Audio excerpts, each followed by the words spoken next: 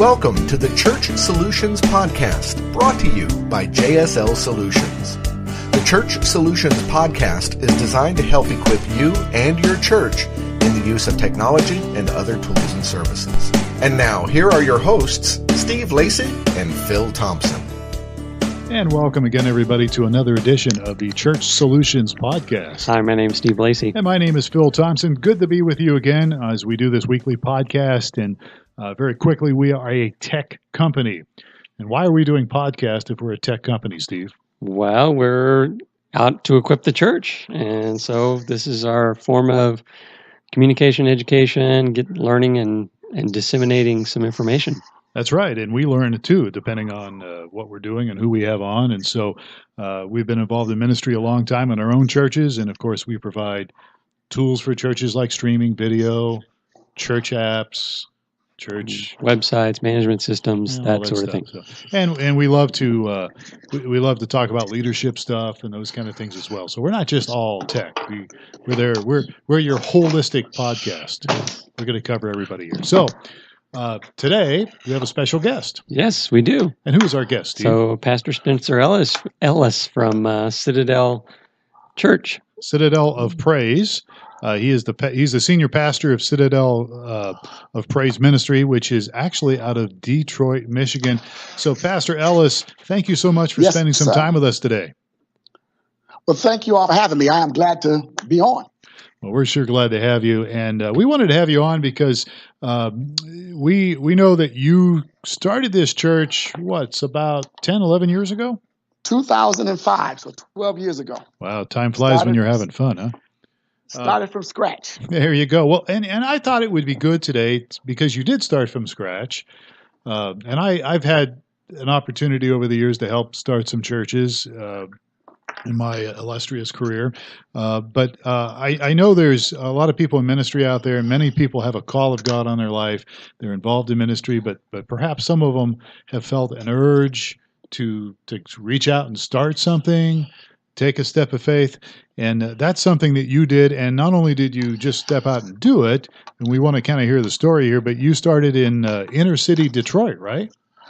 Inner city Detroit. I'm from Detroit, and I grew up in Detroit, went to public schools here in Detroit. I went away to college to Atlanta, Georgia, Morehouse College, spent 4 years in Atlanta, and I came back home. Long story short, I guess, I am a third generational preacher, meaning my granddad was a Pentecostal preacher. My dad was a Pentecostal preacher, and I'm a Pentecostal preacher. And so I'm a church boy, grew up in church, and grew up in kind of the strict Pentecostal church where we didn't do a whole lot of partying and dancing, and I didn't go to a lot of secular concerts. And so I grew up in that kind of strict environment.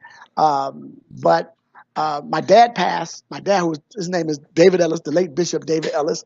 He passed in 1996, and my brother, my oldest brother, became the pastor, and I served him until I started my ministry. And we have just kind of grown since. So kind of in a nutshell, I'm familiar with Detroit. So it was I'm comfortable with pastoring in Detroit. Detroit, I guess we get a bad rap on your national news, and a lot of it is true. But when you're a product of your environment, you kind of know the ins and the outs of it. Not saying it makes it any easier, but it helps you navigate ministry a little easier. And my church is in the inner city. I pastor in a neighborhood called the Brightmoor neighborhood, and it's one of the bottom 5 as far as economic neighborhoods in the city of Detroit. So I'm kind of right here, as they say, in the hood and on the battlefield. But I love it because I'm called to do it. And so I serve, and of course, like any other church, we are a community church, and we seek to bring resources and services to an inner city like Detroit. All right. Well, tell us about the very beginning of the ministry. Our very beginning, we started with maybe like 100 members. I started again in 2005, and I started at a 3 o'clock service. And the reason why I started at a 3 o'clock service, I was assistant pastor of a church, and a lot of people wanted to support me. But of course, when you start a church from a church, you're not trying to break up a church and not try to divide a church or split a church, especially when it's my brothers. So I'm very careful not to do that. And it was a little sensitive because I was led of the Lord, but I was serving my brother. So I started at 3 o'clock, so a lot of people can support me, can go to their worship service and support me. And of course, when you start from scratch, you need people to help you.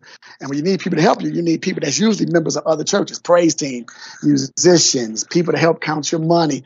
You want to do a children's ministry, because you don't really have an established congregation. So that's another reason I started at 3 o'clock. And again, we're not trying to recruit members, but just getting people to help you, and without breaking up, again, I keep using that term, without breaking up, splitting in the other church. So, but our church is kind of, and people often ask me how your church just take off so fast, because within a year, we were almost at like 1,000 members, close to 800 or something members within a year. And I don't know, I can't really answer how. I don't have any magic, probably not the best speaker. I believe I'm relevant and I can reach people. And just reaching people and just being relevant. And oftentimes when you do something new, what I had, because I'm a little radical. If you go on our website and even on your website and look at some of our tapes, I'm a little radical. I say things in the pulpit, that some preachers may not say. I'll address sex head on. I will address drugs head on. I'll talk about somewhat the issues that we shy away from. So I'm radical. And what I had a lot of people who were members of churches inviting their unsaved members to churches, meaning that I got a nephew, he smokes a lot of weed. He may skip school a lot, but I believe if he goes to Spencer Ellis's church, he's going to reach this guy without judging him. I have another, people were sending me people who saying they may not come to my church because my church is more traditional, but they would send them to me. And people would often tell me, I sent my son to you, I sent my daughter to you because they party all night, and I know you would know how to reach them. And I believe that was one niche that the Lord allowed me to have. Even today, 60% of my congregation is 45 and under. Because again, I'm just 12 years in existence. So I'm not your grandmother's church. I'm not your grandfather's church where everybody just goes because that's where they go. And our membership today is about 2,600. And that's, we try to keep that accurate. I know people love throwing out numbers in membership, but we try to keep accurate numbers. And our church seat about 650, 700. We run 3 services every Sunday, and we're usually always pretty full in mostly all of our services. So you started this church. It's 2005, 2006, and it's Detroit. It's inner city Detroit, and it's a tough. I mean, economically, it was probably even worse back then. I mean, the crash was 2007, 2008, but you guys were probably feeling it before then. And so you start this thing. And you've got young people coming. And I think, I talk to pastors all the time, and I go to conferences occasionally or had, and everybody's kind of looking for that magic bullet. Maybe that's not a good analogy, but they're looking for that formula. They're looking for that secret recipe to grow their church. And I think what you just said, being relevant, to me, that's a big key, because you've got to connect with people. And speaking of economics, I faced all of that, and thank God I was able to grow in it. And what I mean by grow in it, I didn't have to. I never hired a lot of people, didn't have to go lay them off. I hired what I needed, and I learned how to do a whole lot of things as a pastor. My wife, thank God, she's a CPA by profession. Mm-hmm. She's a CPA, so I learned how to work the QuickBooks and keep books together. I'm still very involved in the ministry. When I joined up with you, I made the call instead of putting it on another staff member. So I say that to say, to cut a lot of costs, I'm a very involved pastor. I mean, I'm in my office every day. I'm somewhat of a techie, so I know how to do a lot of things that we do for our screens at church. I know how to do Final Cut a little bit, so I can put. I know how to do Photoshop a little bit. So long story short, I guess, to save a lot of money, I'm a very involved pastor, and I really encourage a lot of pastors to really be involved and not just be a standoff pastor and always looking for somebody to do something. For the first year of my ministry, even as our ministry was growing, I was the only one in the office answering the phone and taking my own appointments. And I was just that kind of, I just got involved. And I don't want to use the wrong term like being big time, but I was just involved. People would often call and like, "Oh my God, Pastor, you actually answered the church phone." I mean, it took me a while to finally come off the phone from the church phone, but meaning that I wasn't so quick to turn something over to somebody else. And even today, I'm still a very reachable pastor with all the members I have. It doesn't take 18 weeks or 18 days to get an appointment. Somebody can call you. I try to get them in the next week, unless I am traveling or something. And that's one thing that people are really attracted to, that I'm reachable. Yeah.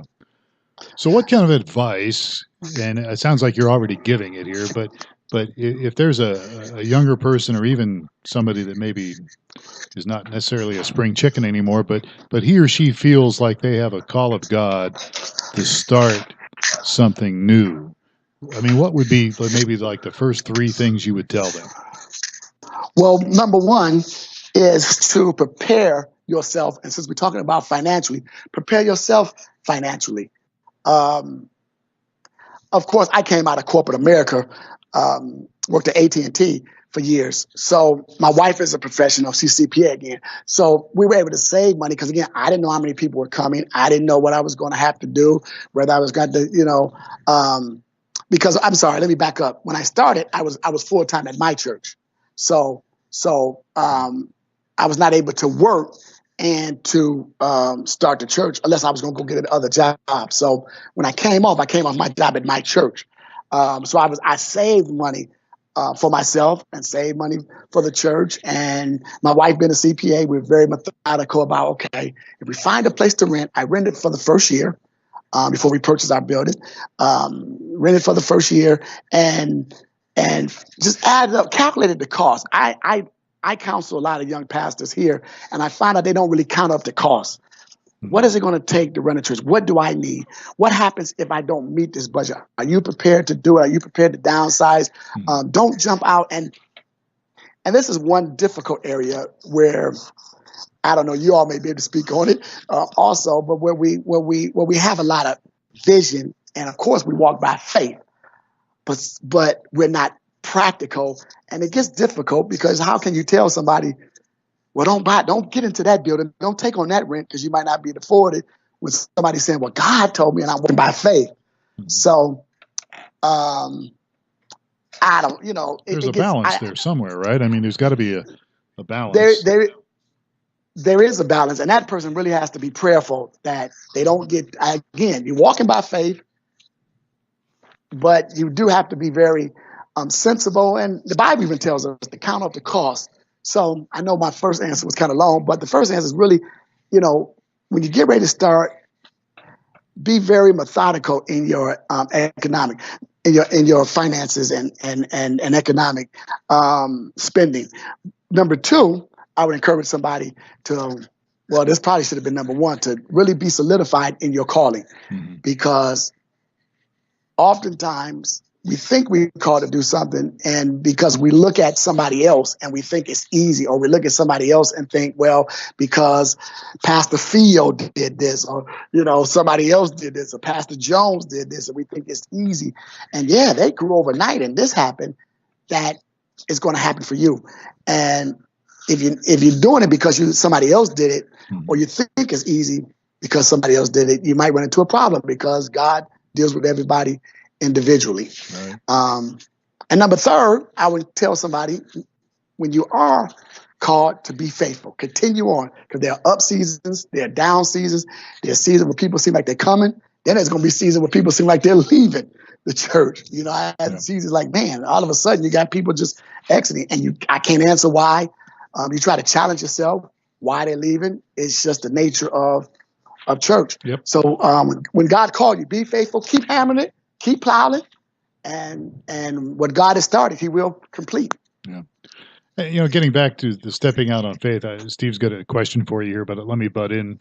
I'll let him ask you a question in a moment. But I've always kind of found this, when you're talking about being practical and really counting the cost.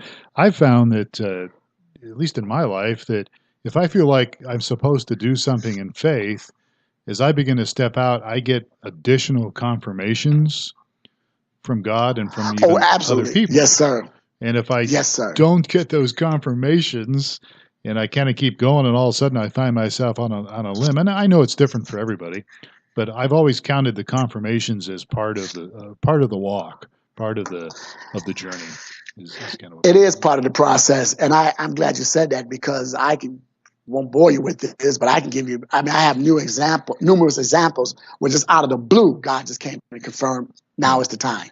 Yeah, absolutely. Right. So my question was right along those same lines, regarding if there were any influences or peers or that people really, others that may have helped you along the way, because you've got a great success story here.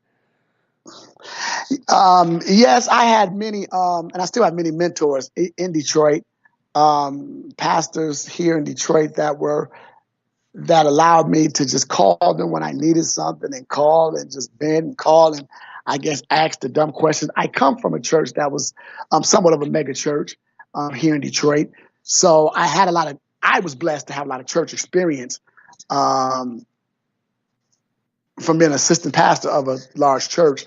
But yeah, I thank God that, and you definitely need support. You definitely need people that will be real with you. What the Bible says, that there are many instructors, but very few fathers. And you definitely need a father that's not just going to tell you what you want to hear, but a father that's going to beat you up when you're wrong, and a father that's going to applaud you, but also stick a needle in you or a foot in you when you need it.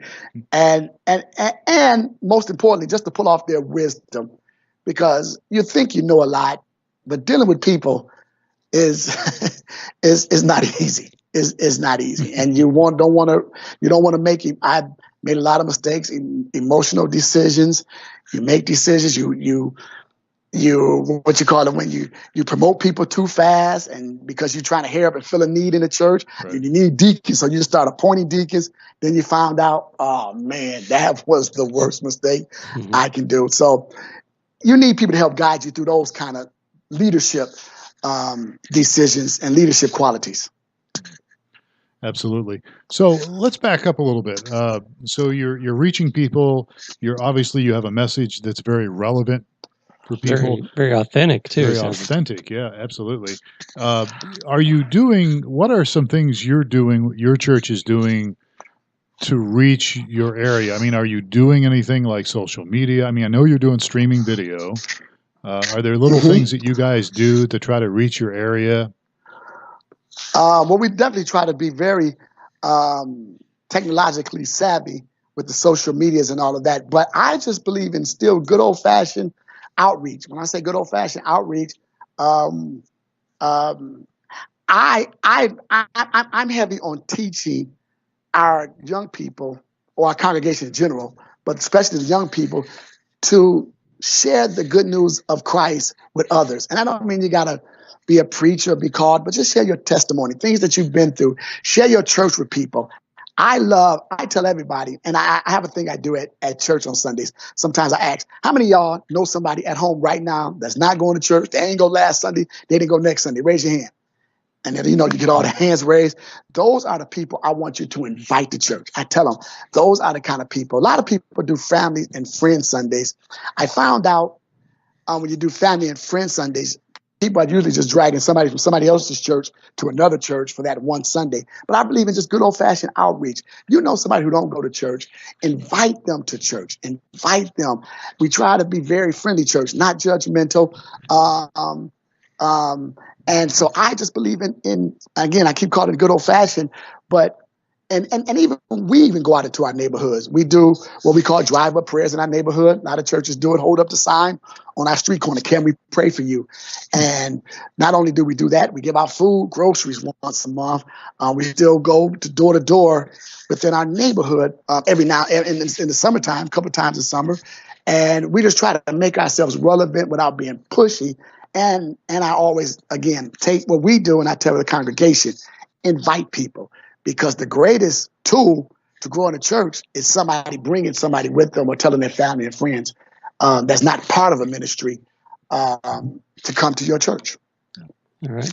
So early on, how important was it to have the support of the family church there that you were starting from? Having 100 on a first Sunday, that's great for a new church plant. Yeah, it was, and it was. I have a big family, 7 brothers and sisters. They all involved in my home church, and they're still there at the home church because, again, not trying to break up a church, but they're very supportive of our church, and again, to where they would even share, man, my other brother got a church, and you can check him out, and you can go there, and they often stop by and visit, and all of that. So. Thank God that was peaceful. I'm sure there's always that possibility of tension and, I don't know if I want to use the word competition, but, you definitely have got some, with all your ministry background, I'm sure there can be sometimes difficult relational strains, right? And let me share this, because I don't want the viewers to think I just have this honky-dory story. There was a little tension, and I will share it because my family came out of an organization, they're still in the church, my home church is in an organization called the PAW, Pentecostal Assemblies of the World. And believe it or not, my brother now is the bishop of that organization. My dad used to be the assistant presiding bishop, and that's an organization that we've been in. And I never brought my church in the organization, so a lot of people thought something was wrong with me or what's wrong with him. Yeah. But I don't want to get too touchy here, but the organization is still more traditional and more founded on some principles of that's still set in a lot of traditions. And as I said earlier, I'm a little radical, and I didn't want to. I never brought my church in the PAW, Pentecostal Assemblies of the World, because of some traditions there, and I just wanted to be a little more radical. Right. So that kind of caused some question marks probably. To the fact that, I said I got mentors, and my brother is not actually my bishop because I'm not in the organization. And of course, one of their rules is you can't have churches under you that's outside the organization. Mm-hmm. Yeah, understood. So you mentioned your wife was also really influential. She served on the church from the beginning, or? Oh yes, okay. Yes. She's. I lately she's been coming out in the front doing some speaking, especially among the women. But she's more. Again, she's a more technical, numbers person. She's a CPA by trade, so she helps us with so much when it comes to raising money and, dotting the I's and crossing the T's financially. And yes, she's very involved with our women. Well, you've definitely got to have people like your wife to be able to kind of, balance the book, so to speak, and bring some of those practical tools into the ministry. The bean counters and the dreamers need to get along pretty well. So yeah. Absolutely. So absolutely. So we're just about out of time here, but I just think your story is wonderful, and I think it's a great, it serves as a real encouragement for people that really feel like maybe they need to step out in faith and break the mold. And the organization that you were with, God uses all sorts of different churches to reach all sorts of different people. So, you can be doing something different, and obviously you're misunderstood. Jesus was misunderstood a lot of times throughout the scripture. Absolutely. People I'd like to have people to be able to go to your website. So what's the website where you guys are at? Website is citadelofpraise.org. Our Facebook page is Citadel of Praise. We're on Instagram at Citadel of Praise, Citadel Detroit, Citadel_Detroit on Instagram and Twitter. And on Facebook, it's Citadel of Praise. A lot of videos out there, a lot of pictures. You go to our website, you pictures galore, and all the other information about our church and history and about myself and my wife, and all the details are there. And Citadel spelled Citadel. Adel. Yep. It's in the book of Jeremiah. It talks about a fortress, a fortified city, a place where, it's in Jeremiah in the New International Version. Mm-hmm. But anyway, a place where you run during a time of trouble. It's the Citadel is the fortified place where you run to for safety in the time of trouble. And that's a pretty appropriate name for your church, because you're right there in inner city Detroit. You're reaching people. Yes, sir. You're in a difficult area, but you've taken a step of faith to really be there and be a blessing to others. Yes, sir. Yes, sir. And God has just really blessed us. I give him all the credit. I can't take a lot of credit for what God has just really just, man, he's just blessed us and has blown our mind. Yeah, that's awesome. Well, we're just about out of time here. Sure appreciate you spending a little bit of time with us, Pastor. Thank you so much. We really do appreciate it. Yeah, you're an inspiration. Well, thank you. We're glad to be. Yeah, I'm sorry. You're an inspiration to all the ministries that we serve. So, absolutely. Wow. Well, thank you. We're so glad to be part of the family now of Streaming Church. So we're honored. Well, we're glad to have you as well. So if we'd love to get your feedback, folks, on this podcast. We know we have a lot of people that are involved in church, obviously, that listen to our podcast here. Some of you are pastors. Some of you are volunteers in key areas of ministry. And if you want to, we gave you the website, Citadel of Praise.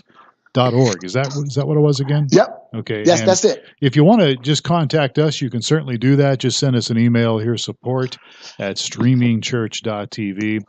And as I always say, if you have any complaints, just send them to Steve, and he'll take care of your complaints, and I'll take care of everything else. But seriously, we'd love to hear from you. If you have a question for Pastor Ellis, you can go through us, and we'll forward that on to him as well. And you can always listen to our podcast on any, as Steve always says, any podcast provider. Any podcast provider, yes, including podparadise.com. Podparadise.com, right. And just look for Church Solutions Podcast. Yes. And subscribe to us, listen to us, and we bring you some good stuff every week. Okay, so we're out of time. Again, thank you, Pastor Ellis, for your time today. Thank you all for having me. And for Steve Lacey across the table here from me, my name is Phil Thompson. We hope that you have a great day. We'll catch you next time on another edition of the Church Solutions Podcast. Take care.